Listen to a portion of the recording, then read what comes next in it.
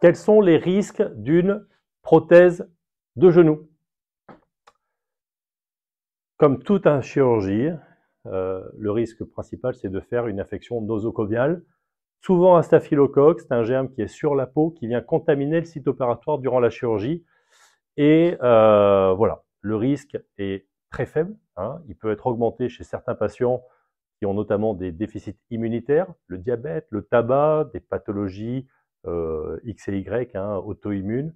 Mais globalement, chez un patient lambda, le risque, dans notre pratique, est évalué aux alentours de 0,2-0,3%. Ça fait à peu près un patient sur 400 ou sur 500. Si une infection arrive, on sait la traiter, mais ça demande de nouvelles chirurgies, parfois de remplacer les implants et également de donner des antibiotiques pendant longtemps, généralement 3 mois. Dans la plupart des cas, on contrôle l'infection, on guérit l'infection. Voilà. L'autre complication, c'est d'avoir ce qu'on appelle une récupération lente et ou partielle. Je m'explique. On a dû vous montrer cette courbe durant la consultation. Donc, lorsqu'on a une prothèse de genou, on va récupérer sur de nombreux mois. Ça ne se fait pas en quelques semaines, ça se fait en nombreux mois. Une prothèse partielle, on récupère en 3 à 6 mois. Une prothèse totale, on récupère en 6 mois à 1 an. Pourquoi ça met autant de temps? Parce que quand on agresse un genou, il y a de l'inflammation au niveau des tissus mous, des tissus qui entourent l'articulation. Et cette inflammation, elle met de nombreux mois pour disparaître. Ça ne se fait pas du jour au lendemain, ça prend du temps. Et du coup, durant toute cette période où il y a de l'inflammation, du coup, il y a des symptômes.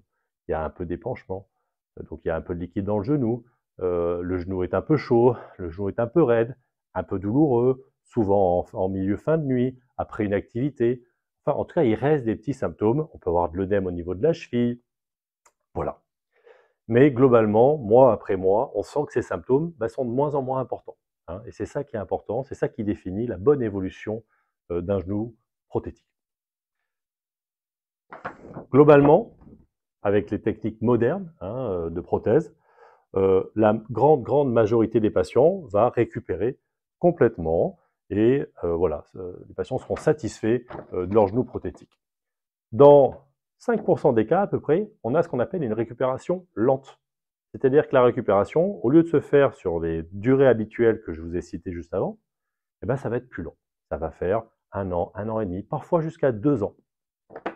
Cette récupération lente, elle est liée à généralement une complication biologique réversible. Quelque chose qui s'est détraqué dans le corps, au niveau du genou, mais qui va rentrer dans l'ordre. Une des causes les plus classiques, c'est l'algoneurodystrophie. C'est le système nerveux autonome, celui qui est inconscient, celui qui gère tout un tas de choses, le bon fonctionnement de notre corps. Donc, parfois, il se détraque lors d'une agression chirurgicale et ça fait mal. Et ça, généralement, ça rentre dans l'ordre spontanément entre 6 mois jusqu'à 2 ans. Parfois, dans 3% des cas, on a ce qu'on appelle une récupération partielle, c'est-à-dire que vous n'aurez jamais un genou parfait et généralement le patient sera déçu. Ça correspond à la courbe rouge ici. La courbe verte ici correspond à la récupération normale. La courbe jaune ici correspond à la récupération lente, où ici on est à 2 ans, on récupère bien à 100% et après 2 ans. Et la courbe rouge, vous voyez, c'est la récupération partielle, où il reste des symptômes. Et ça, généralement, c'est dû à des complications biologiques irréversibles. Des choses qui ne vont pas et qui ne s'arrangeront pas avec le temps. On peut faire une allergie aux implants, il y a tout un tas de choses qu'on ignore. Certains patients vont faire ce qu'on appelle de l'arthrofibrose, c'est-à-dire qu'ils vont faire une réaction cicatricielle aberrante, trop importante dans le genou. Il va y avoir un tissu fibreux, une coque qui sera trop importante. Les patients vont se retrouver avec un genou raide et qui malheureusement ne récupérera jamais une flexibilité suffisante pour que vous soyez satisfait. Globalement, cette récupération partielle, dans notre pratique, on est aux alentours de 3%. Voilà.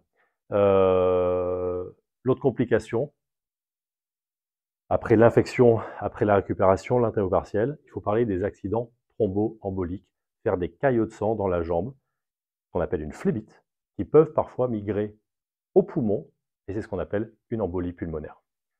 Ça peut arriver, c'est exceptionnel, très rare. Ça va surtout arriver chez des patients qui ont des antécédents de phlébite. parce que ces patients-là qui ont des antécédents phlébites sont souvent une prédisposition d'origine génétique qui font que ces patients sont plus enclins à faire une phlébite lorsqu'il y a une inflammation au niveau du corps. Voilà. Sinon, en pratique courante, c'est une complication que l'on voit très peu, pour deux raisons. Un, on donne des anticoagulants pour fluidifier le sang et éviter que ça arrive. Et surtout, c'est parce qu'en fait, après l'opération, les patients se mobilisent rapidement. On met en place des protocoles de récupération rapide où les gens en fait marchent très tôt le jour de la chirurgie. Le lendemain, ils sont souvent chez eux. Et en fait, quand on se mobilise, eh bien, les muscles de la jambe se contractent, chassent le sang. Et quand le sang est chassé, eh bien, du coup, il ne coagule pas. Voilà. La dernière complication, je pense qu'il est important de discuter, c'est le risque de révision. C'est-à-dire qu'on met une prothèse et idéalement, dans le meilleur des mondes, cette prothèse, une fois qu'on l'a mise, c'est à vie. Sauf que ce n'est pas tout le temps comme ça. Mais globalement, la plupart du temps, les prothèses durent à vie. Donc on a ici un document qui est accessible. C'est une étude qui a été publiée dans le Lancet en 2017. L'auteur, c'est Bayliss. C'est basé sur 2 millions de patients dans le registre britannique. Les British ont une magnifique collection des données et ont beaucoup de data sur leurs patients qui ont des prothèses. Peu importe.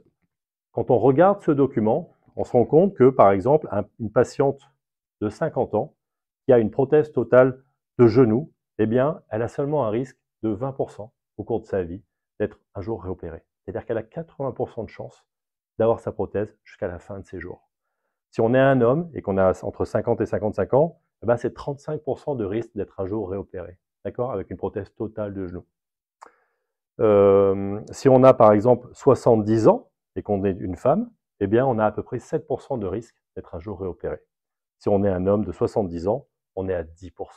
Voilà. Quand on a une prothèse partielle où on remplace une partie du genou seulement, eh bien le risque d'être réopéré est 2 fois plus important.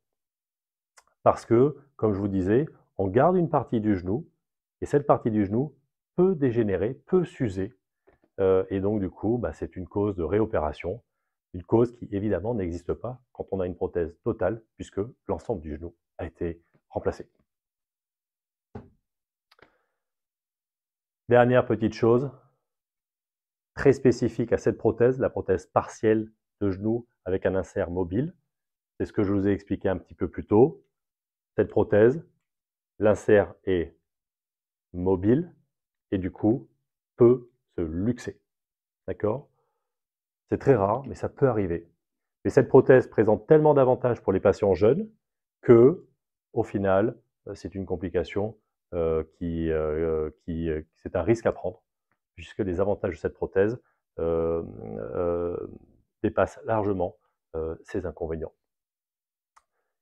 Il existe une multitude d'autres complications, comme par exemple des fractures, des allergies, etc. C'est très rare. Globalement, avec une prothèse de genou, totale ou partielle, vous avez plus de 95% de chances d'être absolument ravi par votre chirurgie.